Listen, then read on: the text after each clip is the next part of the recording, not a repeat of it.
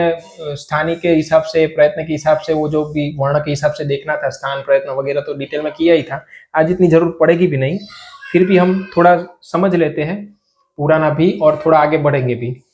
तो हम अब थोड़ा हम प्रश्न करते हैं ताकि हमको समझ में आए कि कितना हम समझ पाए हैं। तो आप में से हम हमें बताइए कि सवर्ण संज्ञा करने वाला सूत्र कौन सा है? सवर्ण संज्ञा करने वाला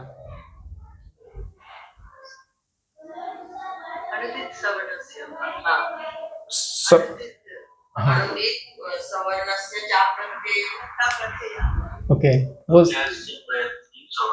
हाँ, तुल्यास्य प्रयत्नम सवर्णम है ना, वो सवर्ण संज्ञा करने वाला सूत्र है। वो सवर्ण संज्ञा संज्ञा यानी कि वो नाम देता है, कि वो बताता है कि आप इसको सवर्ण गिनो। तो सवर्ण संज्ञा करने वाला सूत्र है ना, वो वो जो है वो हमारा तुल्यास्य प्रयत्न सवर्णम है, कि तुल्य है जिसके आस्य में तालवादी स्थान और आभ्यंतर प्रयत्न, उसको आप सवर्ण गिनो। तो वो सवर्ण संज्ञा करने वाला सूत्र है। और सवर्ण ग्राहक शास्त्र कौन सा है, यानी कि सवर्ण ग्राहक नियम करने वाला, यानी कि सवर्ण ग्राहकता प्रदान करने वाला सूत्र कौन सा है? उसमें आएगा अणुदित सवर्ण से चा प्रत्यय। देखो, वो जो है तुल्यास्य प्रयत्नम सवर्णम, वो सवर्ण संज्ञा करने वाला सूत्र है, कि देखो आप इसको आप सवर्ण इनको गिन सकते हो। क और च को आप सवर्ण गिन सकते हो क्या? तो वो सूत्र हमको बताता है गिनना है कि नहीं, वो अप्लाई करेंगे तो ठीक है। फिर अ और आ को गिन सकते हो, ई और अ को गिन सकते हो। ऐसा कॉम्बिनेशन हमको देखना हो तो तुल्यास्य प्रयत्नम सवर्णम हमको सवर्ण संज्ञा करवाने वाला सूत्र है। वो सवर्ण संज्ञा करता है कि इसको आप सवर्ण गिन सकते हो। और तुल्यास्य प्रयत्नम सवर्णम सवर्ण संज्ञा का है। उसी तरह से अणुदित सवर्ण से चा प्रत्यय जो है वो क्या है? तो सवर्ण ग्राहकता प्रदान करने वाला सूत्र है। वो ऐसा बताता है कि जो सवर्ण संज्ञा के हिसाब से आपको सवर्ण लग रहे हैं, उसको आप कब सवर्ण रखना है और कब नहीं करना है। वो बताता है कि जब प्रतीयते विधीयते आदेश के रूप में आ रहे हो, तब तो आप वो अण जो भी है अविधीयमान अण, तब आप उसको सवर्ण गिनो। लेकिन स्थानीय में निमित्त में नीचे बैठे हुए अविधीयमान अवस्था में नहीं है, लेकिन प्रतीयते यानी कि विधीयते, यहाँ पे विधीयते अवस्था में हो, वहां पे ही है नीचे। ठीक है, वो आ रहे हैं ऐसा नहीं है। अप्रत्यय होगा तो ही हम उसको सवर्ण गिनेंगे, यानी कि अप्रत्यय यानी कि यहाँ पे इको यानी में इक जो है वो अप्रत्यय अवस्था में होगा। अप्रत्यय अवस्था में निमित्त के हिसाब से वहां पे बैठा होगा, प्रतीयत नहीं हो रहा है, नीचे ही बैठा है, तो आप इसको सवर्ण गिनो। और जो आ रहा है उसको आप सवर्ण नहीं गिनना है। प्रतीयते विधीयते इति प्रत्यय, यानी कि स्थानीय है। ठीक है, आज फिर है एक निमित्त है। स्थानीय, निमित्त और आदेश का तो आपको पता है ना। तो एक स्थानीय बैठा है, एक निमित्त बैठा है, जिसके कारण ये नया आदेश जो है वो यहाँ पे आ रहा है। देखो, तो ये जब ये वाला जो स्थिति है वो यहाँ पे ही बैठा है और आदेश यानी कि वो आ रहा है, तो जो आ रहा है उसको ही बोला जाता है प्रतीयते, या तो उसको बोलते हैं विधीयते, या तो उसको इसको ही बोला जाता है प्रत्यय, कि जो आ रहा है। और ये जो है वो यहाँ पे ही बैठा है, वो अप्रत्यय हालत में है, वो अप्रत्यय यानी कि यहाँ पे ही बैठा है। तो ये वाला जो पार्ट है ना, यहाँ पे आप अण जो बैठा है ना अप्रत्यय अवस्था में, अण यानी कि अ यू रिल री ए ओ ऐ औ हय वर ल, वहां तक के ये जो भी वर्ण होगे ना, यहाँ पे जितने भी अण में आए वर्ण जितने भी यहाँ पे बैठे होगे ना, तो ये सब सवर्ण आप गिन पाएंगे। सवर्ण का ग्रहण कराने वाला ये सूत्र है।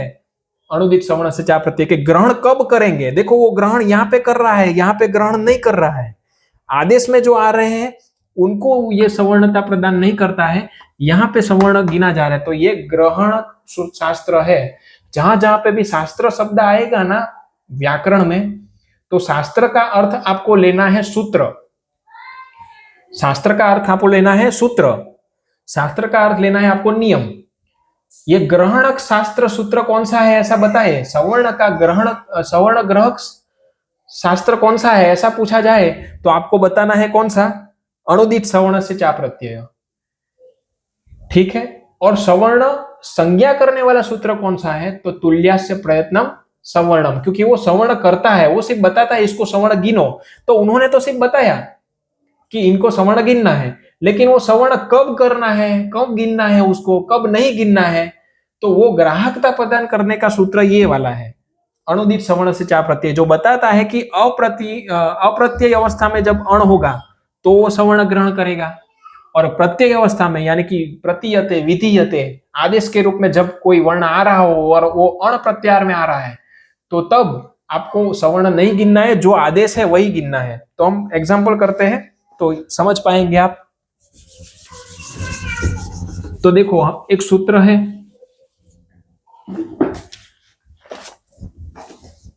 आद गुण,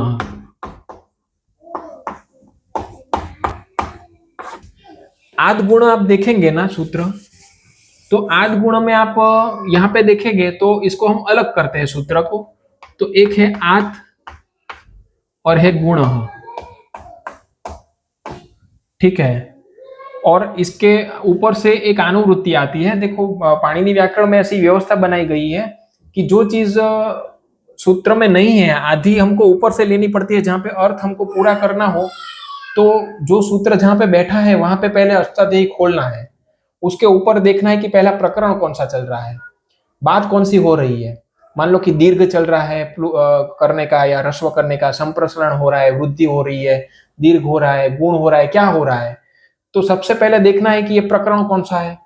प्रकरण में देखना है कि अधिकार क्या चल रहा है, यानी कि ऊपर बताया गया होगा कि जो एक सूत्र होगा अधिकार का, अधिकार यानी कि जो अनुवृत्ति लंबे समय तक नीचे चलेगी, ऊपर का सूत्र में से जो लेना है वो अगर लंबे समय तक नीचे सब सूत्र में जाने वाला है, मान लो कि धातो लिखा है और सब जगह पे नीचे धातो धातो धातो ऐसा बताना नहीं पड़ेगा, एक ही अधिकार सूत्र बता दिया धातो, तो वो लंबे समय तक नीचे चलता जाएगा तो उसको अधिकार बोलते हैं। तो वो ऊपर से हमको एक बार प्रकरण देखना है कौन सा चल रहा है, ऊपर अधिकार देखना है कि कौन से अधिकार से अंगाधिकार है तो सब अंग के नियम लगेंगे। तो अधिकार कौन सा है वो देखना है, अनुवृत्ति देखना है यानी कि ऊपर के सूत्र से नीचे क्या आ रहा है। वो हम व्यवहार में भी करते हैं, जैसे कि हमने बताया कि गाय दूध देती है, ऐसा हमने एक वाक्य बोला कि गाय दूध देती है, फिर थोड़े समय के बाद मैं बोलता हूं कि भैंस भी, फिर मैं दूध देती है नहीं बोलता हूं, इतना ही बोला कि भैंस भी, तो आप समझ जाते हैं, ऊपर से ले लेते हैं कि दूध देती है। वैसा ही पाणिनि भगवान के सूत्र है कि भाई ऊपर से जो जरूर है वो लिया जाता है। तो आद गुण में आगे ऊपर जो है वो अचि की अनुवृत्ति आती है। तो ये सूत्र क्या कहता है, तो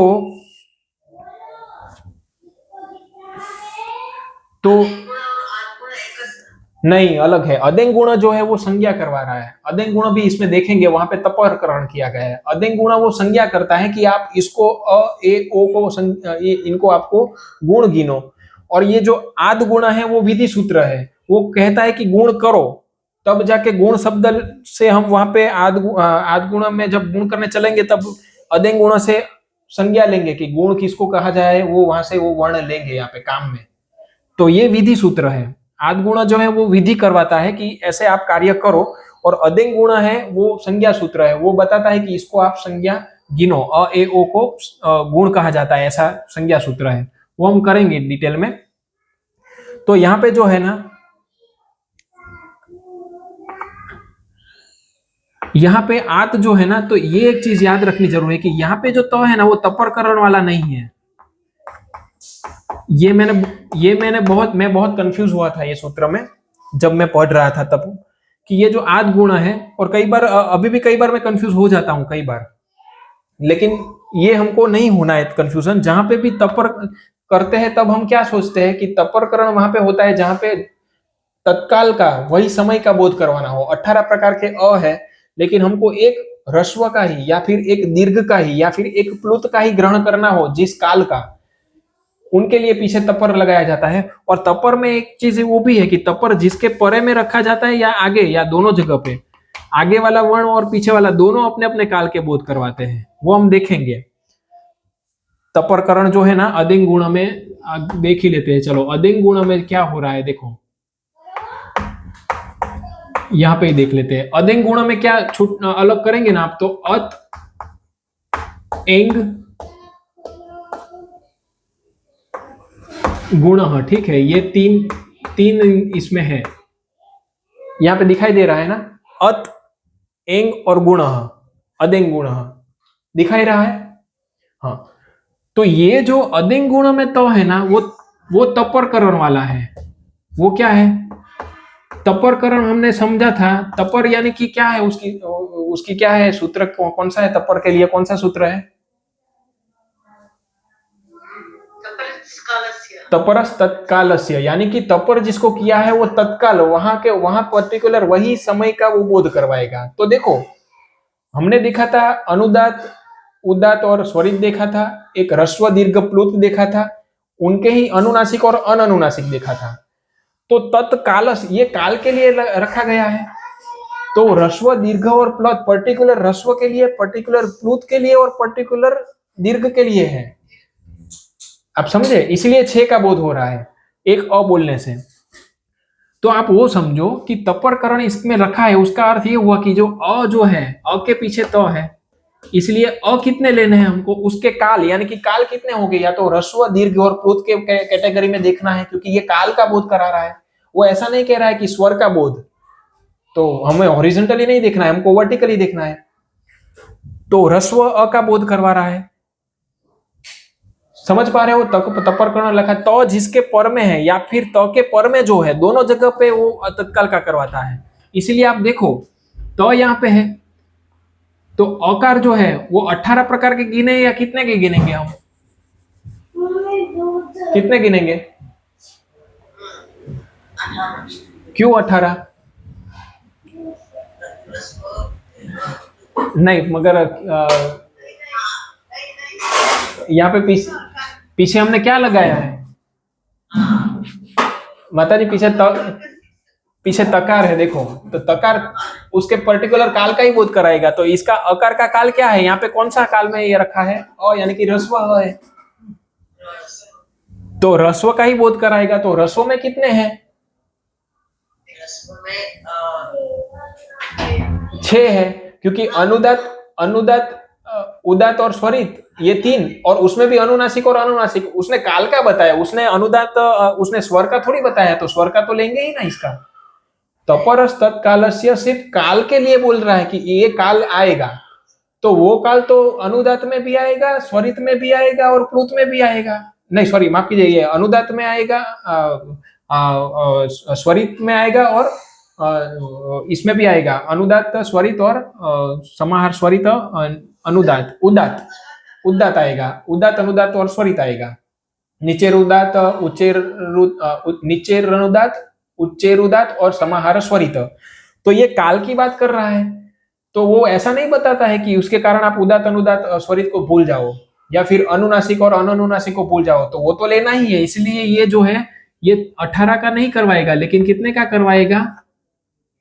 6 प्रकार के अ का करवाएगा। एक ये अ करवाएगा, एक ए अ करवाएगा, ठीक है, एक ये अ करवाएगा, ये अ करवाएगा,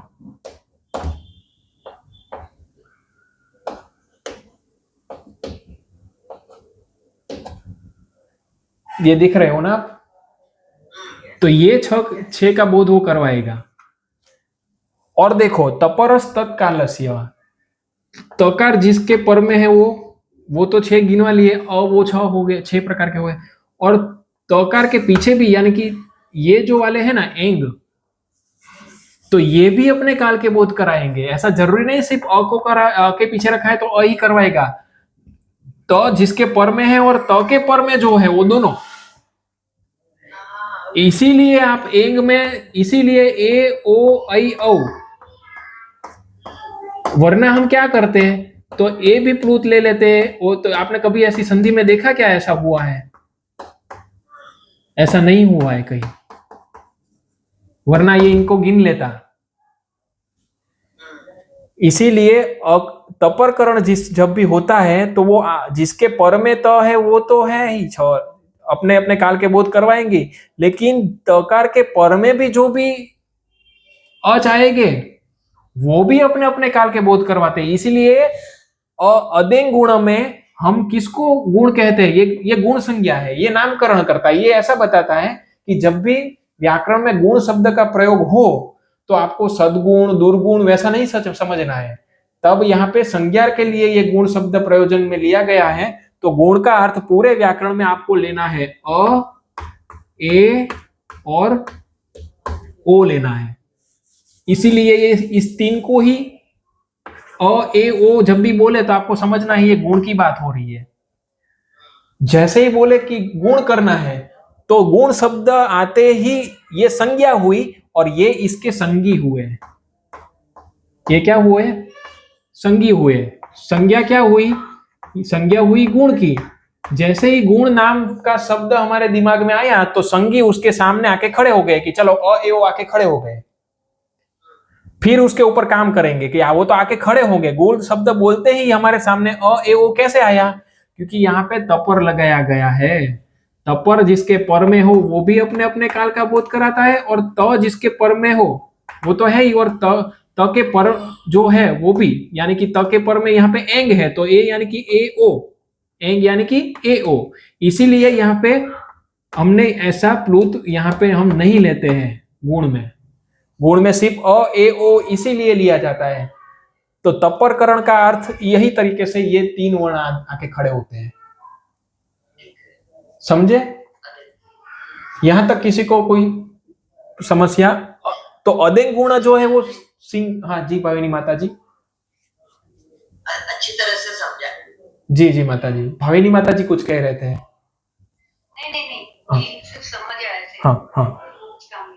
तो अदेंग गुण है वो गुण संज्ञा करने वाला सूत्र है। वो बताता है कि गुण किसको कहना है। तो अत एंग गुण, तो अकार 6 प्रकार के, क्योंकि तपर है। एंग वो भी 6 प्रकार के, क्योंकि रस्व नहीं होता है, दीर्घ होते हैं, वो हमने देखा था। तो तकार इसके भी पर में होने के कारण यहाँ पे भी हम ए और ओ जो है वो अपने काल के ही बोध लेंगे, उसमें प्लूत हम ग्रहण नहीं करेंगे। और इसका अर्थ तो ये हुआ कि गुण बोलेंगे तो अ, ए, ओ ही ग्रहण करेंगे क्या? सिर्फ अ बोलेंगे तो उनको भी गुण बोल सकते हैं क्या? तो इसमें बताया गया है कि हाँ, सिर्फ अ बोलेंगे तो वो भी गुण कहा जाएगा, सिर्फ ए कहेंगे तो भी आपको गुण समझना है, सिर्फ ओ कहे तो भी गुण समझना है, और गुण कहे तो अ, ए, ओ सबको भी हम गुण कह सकते हैं, ऐसा बताया गया है। तो ये गुण कराने वाले संज्ञा, ये जो है संज्ञा सूत्र है कि आप गुण किसको कहेंगे। जिस तरीके से तुल्य से प्रयत्नम सवर्णम सिर्फ बताता है कि सवर्ण इसको गिना जाता है, लेकिन उसकी एप्लीकेशन कहाँ गिनना है कहाँ नहीं गिनना है वो हमको अनुदित सवर्ण से चा प्रत्यय ग्रहण कराने वाला सूत्र है। उसी तरह से अदेंग गुण सिर्फ बताता है कि गुण इसको कहा जाता है। अभी आगे जाके पाणिनि भगवान कहेंगे इसको गुण करो, तो हम समझ जाएंगे कि अ, ए, ओ करना है। समझे? वो नाम दिया गया है तो बार बार वो बताने ना पड़े उसको कि यहाँ पे अ, ए, ओ करो, अ, ए, ओ करो, अ, ए, ओ करो, ऐसा नहीं बताएंगे। वो बताएंगे कि गुण करो, क्योंकि उसने आगे ऑलरेडी बता दिया है, अदेंग गुण बता दिया है कि अदेंग गुण मैं जब भी गुण बोलूं तो आपको अ, ए, ओ समझना है। उसी तरह से वृद्धि राधेच भी वैसा ही है, इसके साथ वृद्धि राधेच भी समझ देते हैं, क्योंकि इसका विषय अभी यहाँ पे आ ही गया है। तो देखो वृद्धि राधेच जो सूत्र है वहां पे भी आप देखो क्या हो रहा है, इसमें भी अलग करते हैं। वृद्धि र जो है वो आ, वृद्धि आत ऐच, ऐसा है सूत्र, ठीक है। तो उसको अलग विसर्ग का रेफ हो जाता है, तो वृद्धि रात दैच, ये तब त है तो जलाम जो संथ द होता दैच होगा, ठीक है। तो वृद्धि आत ऐच, तो यहां पे भी देखो ये जो है तपरकरण है, तो आ एक ही लेगा, और तपर के बाद एच है, इसके बाजू में ही लिख देता हूं तो आपको थोड़ा सरलता रहे। वृद्धि रा देच में से वृद्धि आत ऐच, तो यहाँ पे तपर किया गया है, तो इस तपर जिसके पर में जो है वो भी अपने काल का बोध कराएगा आ, और त के पर में जो है यानी कि ऐच, तो ऐच में कौन सा प्रत्याहार में कौन कौन से वर्ण आते हैं? ऐच प्रत्याहार में आ, ऐ, औ। तो इसका अर्थ क्या हुआ कि वृद्धि का अर्थ हुआ आ, ऐ और औ। समझो, अगर यहाँ पे तपर नहीं किया गया होता तो क्या होता? तो यहाँ पे ऐ और दूसरा भी आ जाता, प्लूत ऐ भी आ जाता, प्लूत औ भी आ जाता, तो 5 वर्ण बन जाते हैं। और अकार में भी सब 18 प्रकार के आ जाते हैं, समझो। सब 18 प्रकार के आ जाते हैं, 12 प्रकार के ऐ आ जाते हैं, औ भी 12 प्रकार के आ जाते हैं। उसकी जगह क्या हुआ, यहाँ पे 6 प्रकार के आ गए। ये सब समझ पा रहे हो तपरकरण का फल क्या हुआ। तपरस तत्कालस्य वो एक संज्ञा बताया कि तपर इसको कहना है, लेकिन अब यहाँ पे हमको वो तपरकरण यहाँ पे सूत्र में काम आएगा कि जहां पे तपर तत्काल से किया जाता है उसका अर्थ काम कहाँ पे आता है, तो ये यहाँ पे हमको सूत्र समझने में वो काम आता है। तो वृद्धिरादेच में वृद्धि आत ऐच, तो तपर यहाँ पे है, तो ये एक तरह का इसको दीपक समझो कि ये जहां पे होता है वो दोनों जगह पे प्रकाश फैलाता है, तो दोनों पे असर वो दिखाता है अपनी। तो यहाँ पे भी वो प्रकाश देता है, यहाँ पे भी प्रकाश देता है, तो उसके कारण इसको भी तपरकरण का फल क्या हुआ कि अपने काल का बोध कराएगा, यहाँ पे भी अपने काल का कराएगा, इसलिए ये आ ऐ औ की वृद्धि संज्ञा हुई और वहां पे अ ए ओ की गुण संज्ञा हुई। ये संज्ञा कराने वाले सूत्र हुए। तो वृद्धिरादेश संज्ञा कराने वाला सूत्र है, अदेंग गुण संज्ञा कराने वाला सूत्र है। अभी उसका फल हमको यहाँ पे मिलेगा, देखो वो आत गुण में, देखो अभी ये आत गुण आप आसानी से समझ पाएंगे। आत गुण में क्या है, इस तरह का है आत गुण, और अची उसके पीछे जो है ना सप्तमी में ऊपर से वो निमित्त आ रहा है। तो देखो यहाँ पे जो त है ना, यहाँ पे भूल से हमको तपर नहीं समझना है, यहाँ पे मिस्टेक हो रही थी मुझसे भी। यहाँ पे तपर गिन लेंगे तो हम क्या करेंगे, तो यहाँ पे हम आ गिनेंगे इसको, आ के पर में अच होगा, ठीक है, तो हम गुण करेंगे, ये बन जाएगा।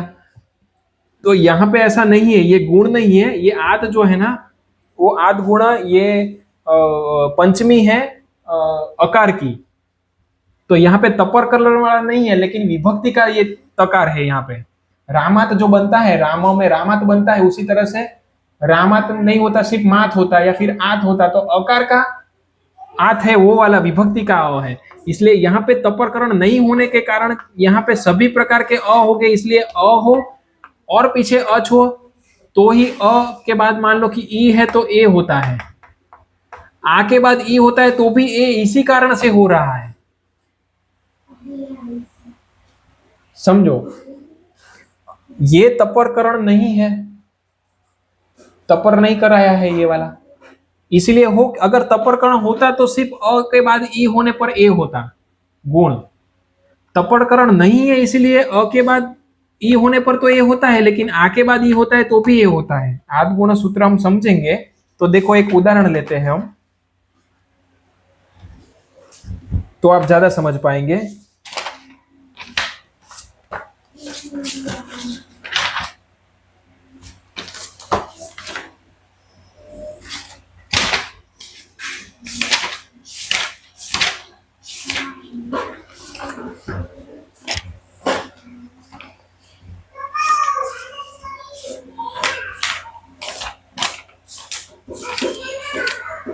देखो ये जो है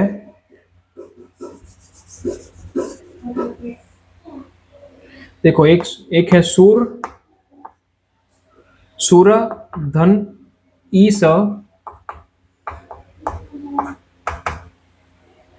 बराबर क्या होता है, तो देखो यहाँ पे जो है आद गुण ऐसा बताता है कि जब यहाँ पे अकार हो या फिर आकार, इसीलिए ले रहे हैं क्योंकि ये आद का जो त है वो तपर नहीं होने के कारण वो यहाँ पे दोनों प्रकार के गिने जाएंगे। यहां तक समझ में आया, क्योंकि हमारा तपर नहीं हुआ है तो हम सभी प्रकार के आ लेंगे। प्लूत की जनरली संधि नहीं होती है, एक सूत्र आता है आगे अची प्रगुरुया अची नित्यम वगैरह, ऐसा कुछ सूत्र एक आता है एक जगह पे, प्लुतक प्रगुरुया अची नित्यम, प्लुतक प्रगुरुया अची नित्यम करके सूत्र आता है। वो प्लुत को कभी संधि में ऐसा स्थान नहीं होगा, इसलिए ह्रस्व और दीर्घ ही मिलेगा आपको। तो आप अभी ऐसा समझो कि यहाँ पे सभी प्रकार के आ प्लुत सभी गिनेंगे क्योंकि तपर नहीं है। और दूसरा कि ये कहाँ पे है, स्थानीय है, आदेश के हिसाब से वो नहीं है, इसलिए यहाँ पे सभी प्रकार के सवर्ण गिने जाएंगे ना, क्योंकि अविधीयते अवस्था में है ना। हमारा सूत्र चल रहा है कि अणुदित सवर्ण से चा प्रत्यय में क्या समझ रहे हैं कि जो विधीयते जो आ रहा हो आदेश के रूप में वो अपने सवर्ण का ग्राहक नहीं करवाता है, लेकिन जो अप्रतीयमान होता है अविधीयमान होता है तो ये वाले अविधीयमान अवस्था में है ना, अकार अविधीयमान में है और दूसरा कि यहाँ पे तपर भी नहीं किया गया है, तो उसी हिसाब से ये सवर्ण के ग्राहक हो गए सब। तो अ भी होगा आ भी होगा, उसके पर में कोई गुण वर्ण हो, तो अभी हमने समझा था कि गुणवर्ण कौन से होने चाहिए, कौन कौन होते हैं गुणवर्ण। अ हाँ अ ए ओ, तो गुण इसके पर में अच होने पर हमको गुण करना है, अची यानी कि निमित्त पर, अची यानी कि निमित्त यानी कि परे होने पर, तो यहाँ पे ई होगा या फिर दीर्घ ई होगा या ह्रस्व ई होगा, ह्रस्व उ होगा या दीर्घ उ होगा, ह्रस्व री होगा या दीर्घ री होगा। तो ऐसे वाले जो भी है अच में वो सब आ जाएंगे। यहाँ पे सिर्फ एक ई नहीं गिनेंगे हम, क्यों? क्योंकि एक अविधीयमान अवस्था में है यहाँ पे नीचे बैठे हुए निमित्त में। अब अणुदित सवर्ण से आप प्रत्यय को समझ पा रहे हो ना कि इससे कैसे रिलेट हो रहा है वो, क्योंकि ये निमित्त अवस्था में है, स्थानीय अवस्था में है तो सभी सवर्ण गिनेंगे, तो ई हो या दीर्घ ई हो, उ हो या दीर्घ उ हो, री हो या दीर्घ री हो, तो बता रहा है कि अकार हो या आकार हो उसके पर में ह्रस्व या दीर्घ कोई भी ये अच हो तो उसको गुण होता है। गुण होने का अर्थ क्या है? अ होता है, ए होता है या ओ होता है। यहां तक समझ पाए? अ ए और ओ तीन में से एक होगा। तो देखो जब सूर में जब अ है पीछे जब ई है तो हमको उतना पता है कि यहां में अ ए और ओ में से कुछ ना कुछ आने वाला है। तो अभी प्रश्न आएगा कि हम क्या लेंगे। गुण होते ही हमारे सामने ये तीनों खड़े हो गए। जैसे ही बताया कि अ के परे ई मिले यानी कि अकार के परे अच मिले, तो हमको मिला अकार के परे अच मिला, तो हमको गुण करना है। तो गुण शब्द आते ही हमारे सामने कौन कौन खड़े हो गए? ये तीनों खड़े हो गए कि चलो हम आ गए, क्योंकि संज्ञा का नाम लेते ही संज्ञा हाजर, ये संज्ञा हाजर हो गए।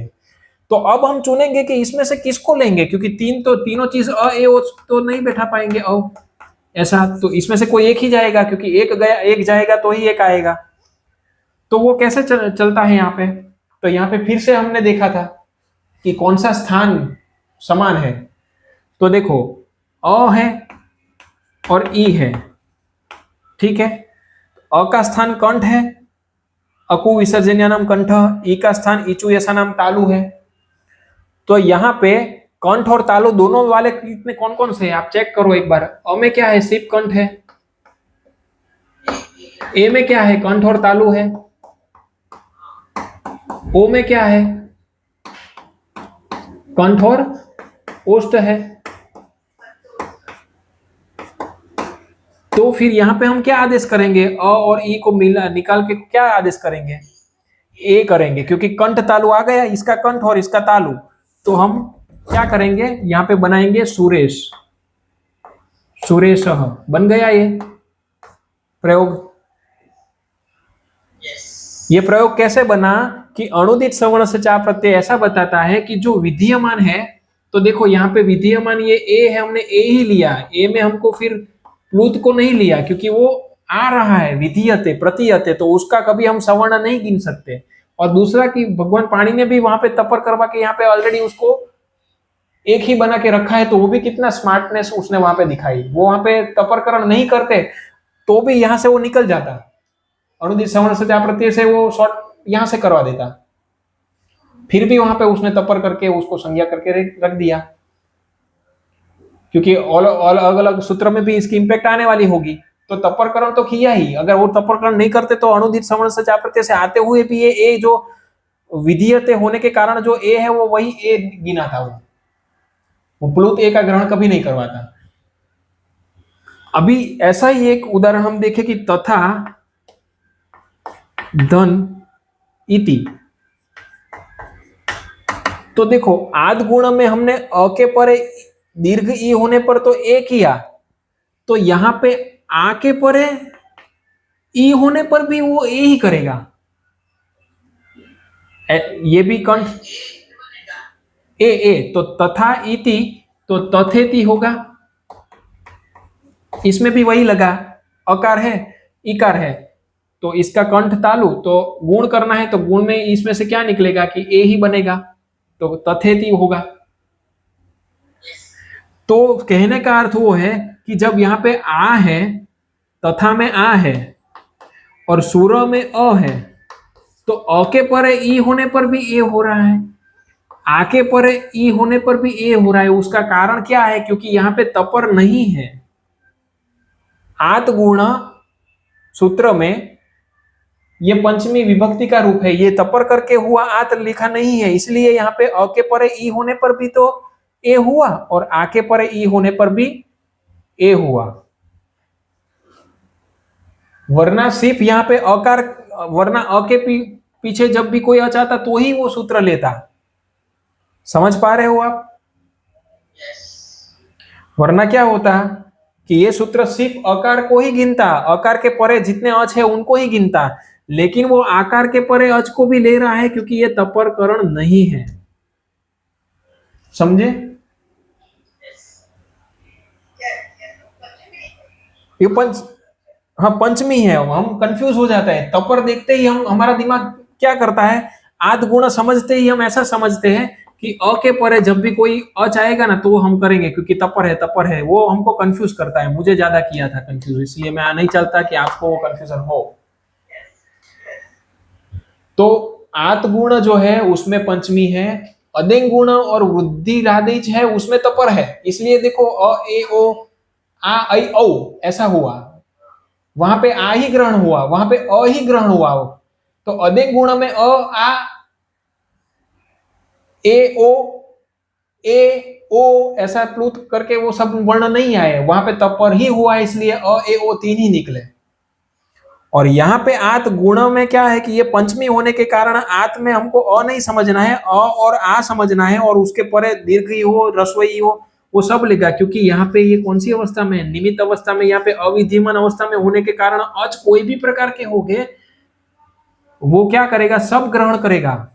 क्योंकि अणुदित सवर्ण से चा प्रत्यय कहता है कि अविद्यमान अवस्था में जो बैठे हुए वर्ण होते हैं वो सभी का ग्रहण करवाते हैं, सिर्फ जो आ रहे हैं वो अपने अपने ग्रहण नहीं करवाते हैं, वो जो आ रहे हैं उसका ही वो बोध करवाते हैं। इसलिए जो आ रहे हैं ना अ ए ओ, वहां पे कभी भी वो अ को हम आ करके यहाँ पे ये जो है ना आ करके नहीं लिख सकते हैं, कोई भी अकसवर्ण दीर्घ में अ ही लेंगे हम, मान लो आ ही लेंगे हम। यहाँ पे देखे तो ए ही ले रहे हैं, यहाँ पे ए को हम सुरेश में ऐसा नहीं कर रहे हैं, सुरेश में हमने ये कर दिया, सुरेश में हम ऐसा नहीं कर रहे हैं कि सुरेश में ऐसा करके प्लूत वाला सुरेश नहीं बना रहे हैं, सुरेश ऐसा नहीं बोल रहे हैं हम, सुरेश, क्योंकि अविद्यमान अवस्था में ये होने के कारण यहाँ पे तो सबका ग्रहण होगा, लेकिन जो आ रहा है वो विद्यमान अवस्था में होते हैं, वो तो जो होते हैं उनका ही ग्रहण होता है, तो ए का ही बोध कराएगा। तो आद गुणों में आप देखेंगे कि अ हो या आ हो, एक अ को ही वो सभी प्रकार के सवर्ण लिया जाता है, ग्रहण करवाता है। यहाँ पे भी अच में सभी प्रकार के अच का ग्रहण करवाता है, क्योंकि वो अविद्यमान अवस्था में है, और विद्यमान अवस्था में गुण होते हैं अ ए ओ, तो वो उनका वही गुण उनका ही वो अपना वही वो अपना बोध करवाएगा, वो अपने सवर्ण का बोध नहीं करवाएगा। यहाँ पे अ यानी कि अ ही लेगा, अ का हम आ आदेश नहीं कर सकते हैं, ए का हम प्लुत ए नहीं करवा सकते, ओ का प्लुत ओ नहीं करवा सकते हैं। ठीक है, आज यहां तक सीमित करते हैं, 10 बज गए हैं। ऐसा ही अक सवर्ण दीर्घ में भी ऐसा ही होगा कि अक के परे सवर्ण अक होने पर दीर्घ आदेश होता है, तो हम वहां पे प्लुत आदेश नहीं करते हैं, क्योंकि वो प्रतियते विधीयते अवस्था में वो दीर्घ आ रहा है। ठीक है, वो तो हम जैसे जाते जाएंगे धीरे धीरे क्लियरिटी आपको बढ़ती जाएगी। यहां तक कोई प्रश्न हो तो बता दो। हाँ उकार भी आता है यहाँ पे हाँ इकार, मान लो कि उकार होगा तो फिर उ का ओ हो जाएगा, क्योंकि उसका ओष्ठ है। हाँ वो भी आएगा। वो कब आएगा? गुण में और भी आता है। रिकार जब होगा ना तो देखो, अ के तो लिए हो गया, ई के लिए हो गया, उ के लिए हो गया, और री के लिए जो है वहां पे और आ जाएगा। क्योंकि री के लिए और कैसे आएगा? तो कौन यहाँ पे आगे अ होगा, पीछे रेफ होगा, तो यहाँ पे कंठ है, वहां पे मूर्धा है, तो फिर कंठ के लिए वहां पे अ तो बैठेगा ही, लेकिन मूर्धा के लिए क्या करेंगे? तो रेफ हमको बिठाना पड़ता है। उसी तरह से अल में भी ऐसा होता है, री होता है तो अकार कंठ मिल जाता है, रिकार का जो है दंत मिल जाता है। लेकिन वहां पे क्या करेंगे? तो अकार को लिया जाता है कंठ में और लकार बिठा के वो दंत करवाया जाता है, क्योंकि रपर जो किया जाता है वो र प्रत्याहार में रेफ और ल आता है, तो जो जो भी स्थानीय में मैच होते हैं वो उसके साथ बैठ जाते हैं। तो री होते हुए अर होता है, री होता है तो अल होता है। अल अल, उसका कारण वही। हाँ, आद गुण और अदिंग गुण में डिफरेंस समझ में आया? अदिंग गुण एक गुण करवाता है, सिर्फ संज्ञा करता है कि आप इसको गुण गिनो। कैसे? क्योंकि वो तपर करवा दिया, तो अ ए ओ यानी कि गुण। बस ये वो सूत्र इतना बताया कि गुण का अर्थ होता है अ ए ओ। ये सूत्र इतना ही बताता है।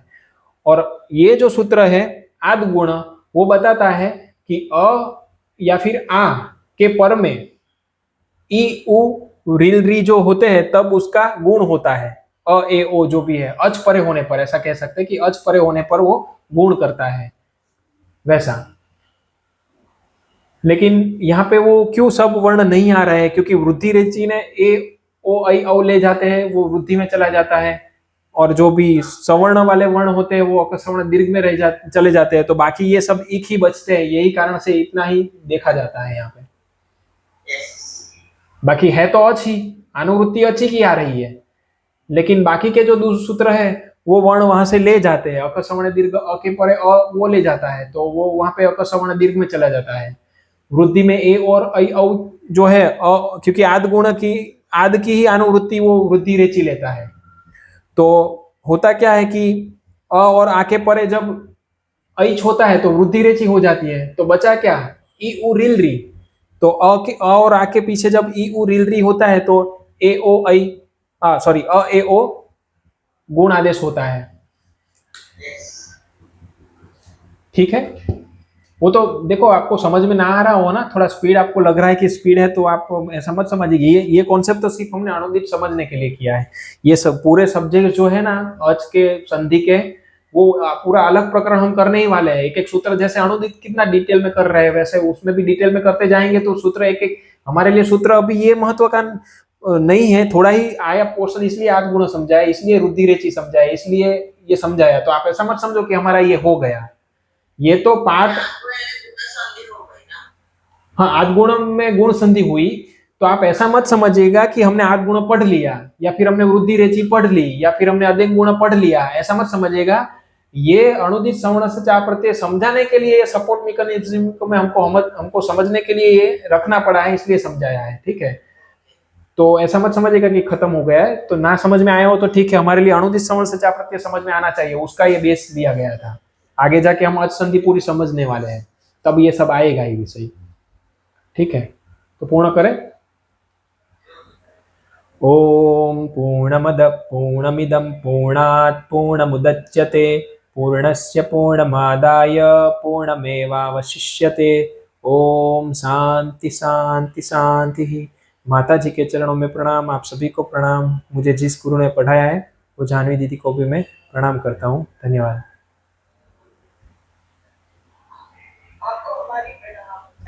प्रणाम माता जी, प्रणाम। प्रणाम माता जी।